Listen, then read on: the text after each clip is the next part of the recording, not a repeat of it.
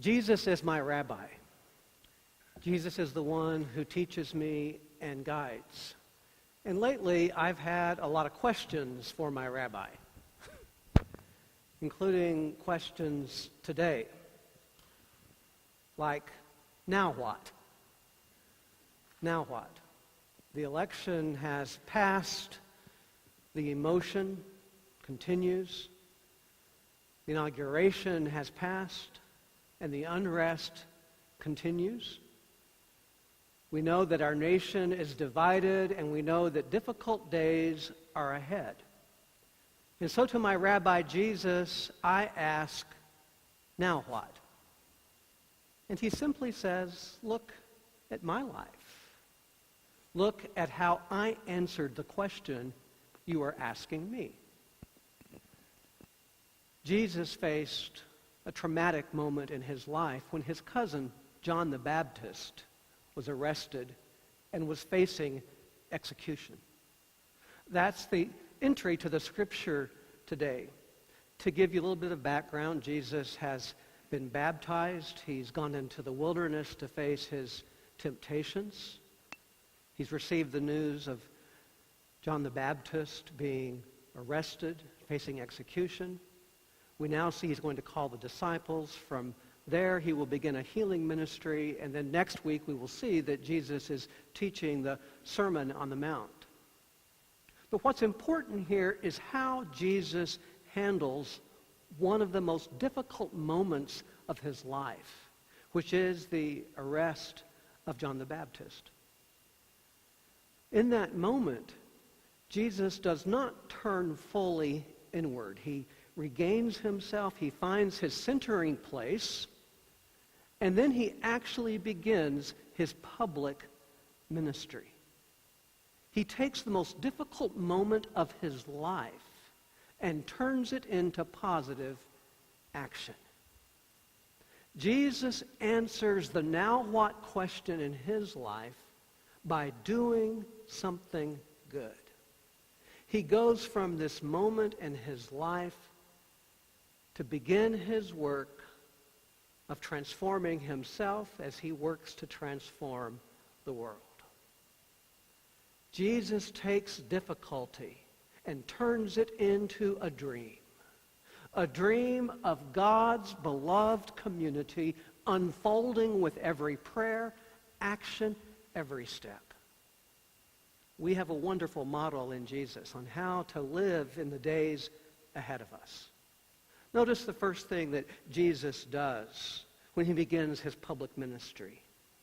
He invites others to join him. He doesn't pretend that he can do it all himself, even though he is the Son of God. Jesus invites others into this powerful call. Peter, Andrew, James, and John. As the ministry of Jesus is unfolding, he knows he is leaning into something bigger than himself. And he invites others to join him in this bigger than himself moment. It's not about him. Jesus is not a me first sort of Messiah. Peter, Andrew, James, and John, they know that something greater is ahead of them. And so they say yes to the call. That is also our invitation today. I, for one, believe that God is doing something greater than what's happening around us. And God invites us to transform ourselves as we transform the world. God invites us to join something larger than ourselves. Something greater than any one person, something greater than any one president, something greater than any one election, something greater than even some of the greatest moments like the march yesterday by millions of women around the world and cities stretching the goal. That was great, but there is something even larger. Something larger that God is doing in our world, larger than any one of us. And looking at this scripture, I've often wondered why Peter, Andrew, James, and John immediately left what they were doing. In verse 20, you'll see the word immediately is used. In verse 22, the word immediately is used. They abandoned their nets and they began to follow Jesus. They abandoned both boat and father to follow Jesus. They stopped what they were doing to do something greater. Why was it such an immediate response? I think because something clicked in their souls. Something in them knew that this was the next move to make. It was an immediate discernment that something greater than themselves was happening, and they wanted to be a part of it. Jesus didn't hand them a roadmap. He didn't hand them a 3-point plan, and yet they went. They stepped into the unknown with someone greater than themselves doing something greater. We too are walking into the unknown.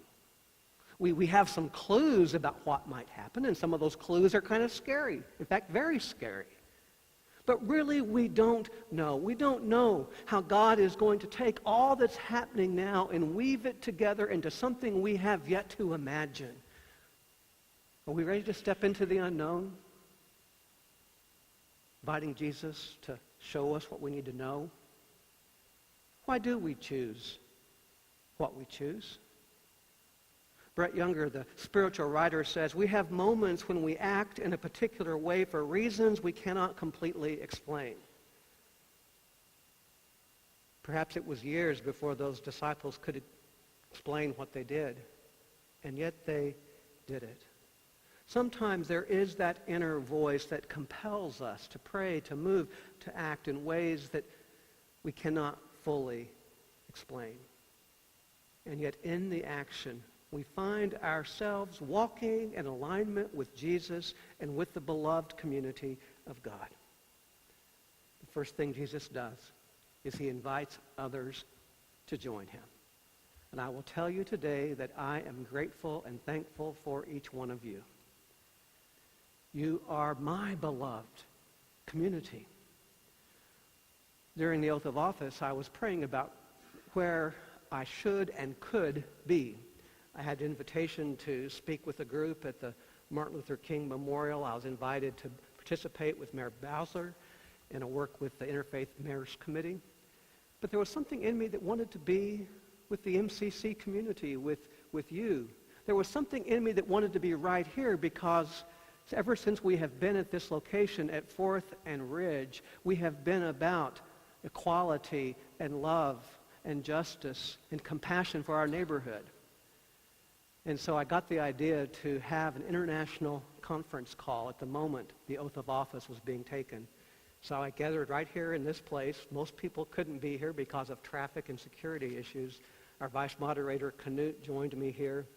And I wasn't sure who was going to call in. We sent out a notice to this congregation, and also the Council of Elders sent word out. And it was a powerful moment as we spent the time when the oath of office was being taken in prayer.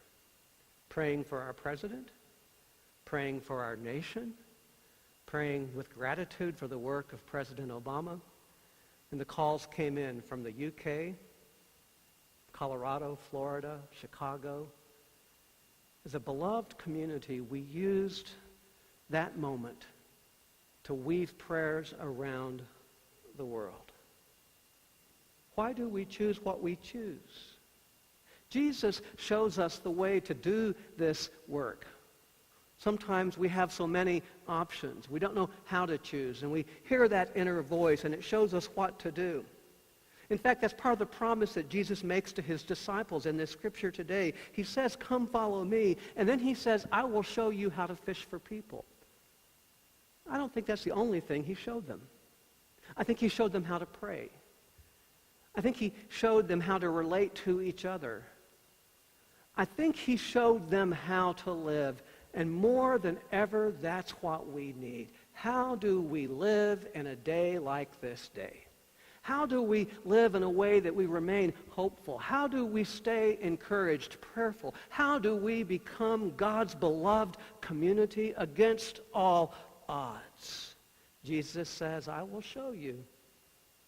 You listened to me and you followed me.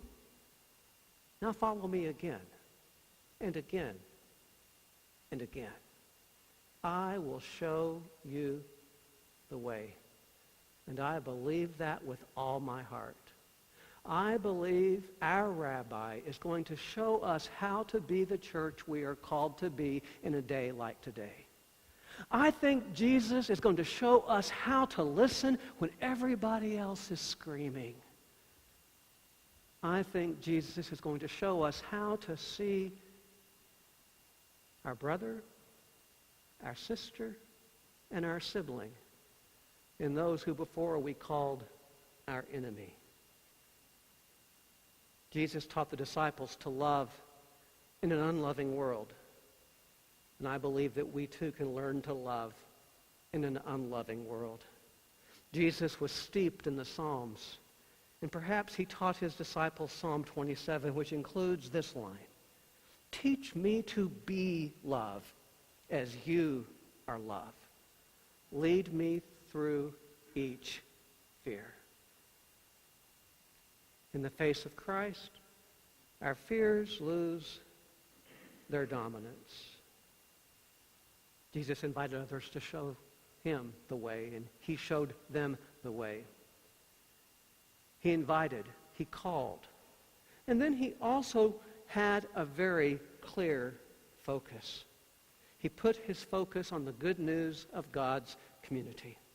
Verse 23 says that Jesus traveled throughout Galilee, teaching in the synagogues, proclaiming the good news of the community of heaven. Notice that Jesus is all about the beloved community. He announced it. He invited people into it. He lovingly described what it was like. And later we'll look at parables where Jesus describes this beloved community. And in the end, he staked his very life on this beloved community. He held fast to it, and against all odds, he brought it in. That again becomes our greatest opportunity. Now is the time to speak of the greater community, the beloved community, the community that stretches around our world. He invited others. He showed them the way. He taught the beloved community. And then he put his action into healing. Verse 23 continues, "And healing all kinds of diseases and sickness among the people." Jesus is a preacher-healer, focusing on the work of encouragement and repair. There is a lot of repair work and healing that our world needs, and we are called to be healers.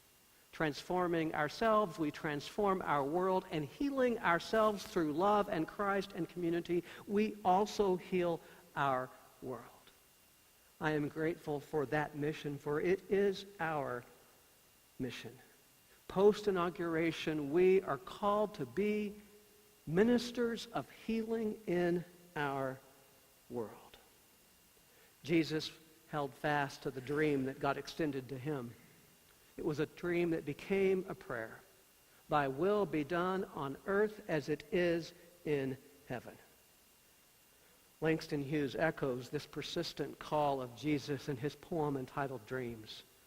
Langston Hughes writes, "Hold fast to dreams, for if dreams die, life is a broken winged bird that cannot fly.